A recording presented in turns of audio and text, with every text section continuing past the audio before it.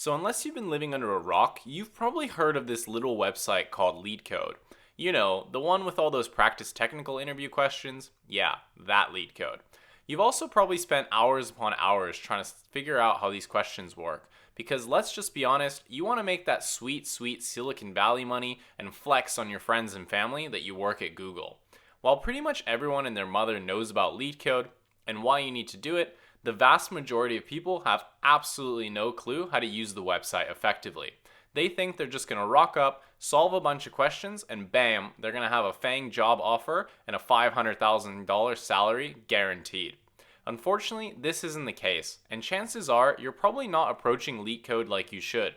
Luckily for you, today I'm going over 8 mistakes you might be making while Leetcoding. The first mistake people make when Leetcoding is they don't spend enough time learning the basics. They'll load up Leetcode and immediately start trying to solve questions, but they don't bother mastering the fundamentals. Knowing the ins and outs of your data structures is essential to success in Leetcode. You'll need to know the simple things like how to work with arrays, dictionaries, and sets before you can move on to the more complex data structures. Adopt a crawl, walk, run mentality. Start with the easies to learn the basics, then move to the mediums, and then try some hards. If you're just starting out, you want to avoid jumping from topic to topic before you have a good grasp on one of them. You can't build a house on an unstable foundation, so make sure you master the basics before trying to get into more complicated material. The second mistake most people make is that they simply aren't consistent enough to ever get anywhere. Write this down. Leetcode is a marathon and not a sprint. You aren't going to log on for the first time and then suddenly within 2 weeks have a Google offer. I know it sucks to hear this, but it's going to take a while. This stuff isn't easy. You're literally rewiring your brain to think in a completely new way. You need to learn tons of algorithm topics, data structure concepts, and learn pattern recognition skills to be able to apply past knowledge to new questions. This all takes time, and not being consistent will greatly hinder your progress. Set aside 30 to 45 minutes per day to Leetcode. Even if you only have time for 1 to 2 questions, it's always better than nothing. Remember that you don't need to solve new questions. They can be old questions that you're repeating in order to keep your memory fresh. Much like how compounding interest works, you need to compound your Leetcode practice over time to finally get good.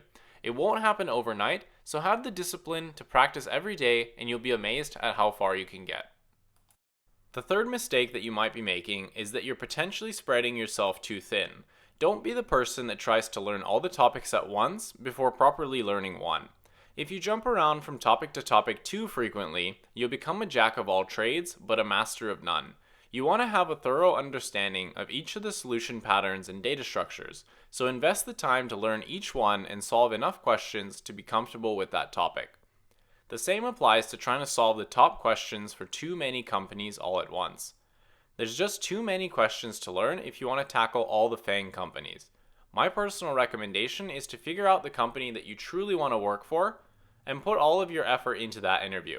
If it's Google, then don't waste time with Facebook tagged questions. If it's Apple, don't waste time with Amazon's, and so on and so forth. Focus on one company and try to get an offer. If it doesn't work out, don't worry and try another. This way may seem slower, but you'll avoid trying to boil the ocean. Your brain can only handle so much, so don't overload it. Be smart in your approach. The next mistake a lot of people make is that they spend too much time trying to figure out a solution.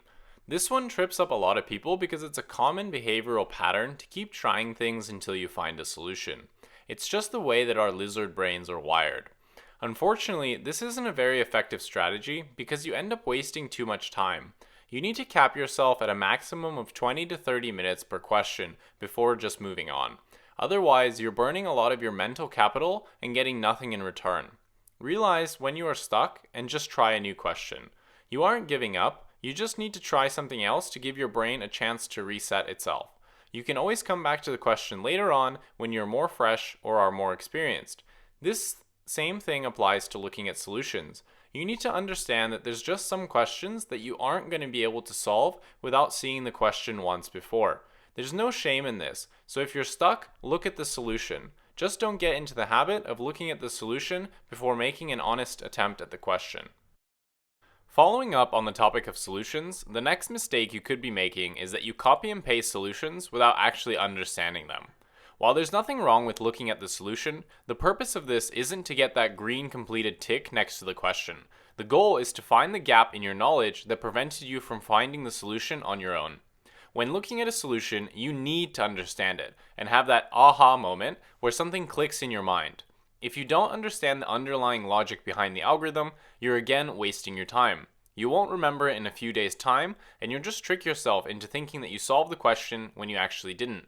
Make sure that when you look at the solution for a question, or even watch one of my solution videos or anyone else's on YouTube, you understand how the solution works and that you can wrap your head around the intuition.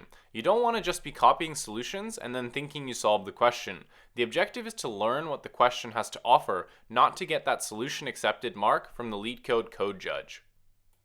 The sixth mistake people make is that they obsess so much about always having the most optimal solution. There's this big misconception that if you don't have the most optimal solution to every single question, you're not going to pass the interview. The truth here is a bit more nuanced. The matter of a fact is that if you believe this, then you really don't understand the purpose of a technical interview. It's not to see if you're a Leetcode robot who can learn the best solution to every question.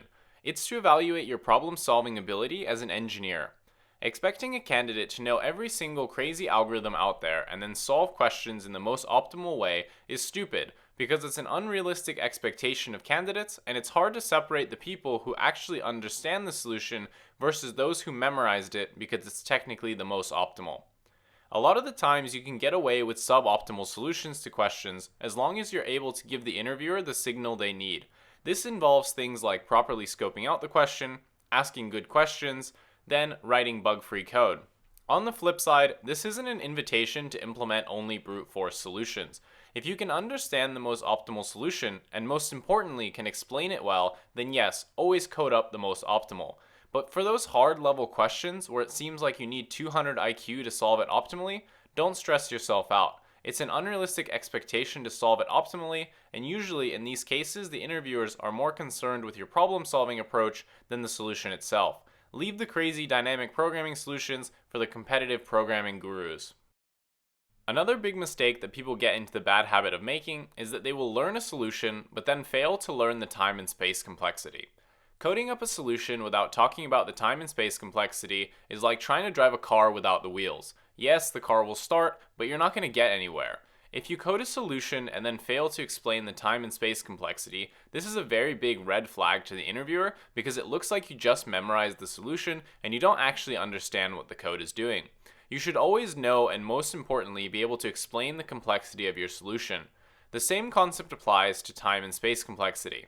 If you provide it, you'd better know how it was derived, because if the interviewer asks you to explain it and you don't know, this is another big red flag and just gives them further evidence you only memorized the solution without actually understanding it. Don't get caught out by this one, it happens all the time. The final mistake most people make is that they have quite poor communication skills. Just because you can solve a question with the optimal solution doesn't mean you're going to pass. There's so much more to interviews than the actual solution to the question. As a matter of fact, I'd argue that most of the evaluation happens outside of you writing the code. An unfortunate truth is that Leetcode only really prepares you to solve questions, but it doesn't prepare you for all the other elements required to pass an interview.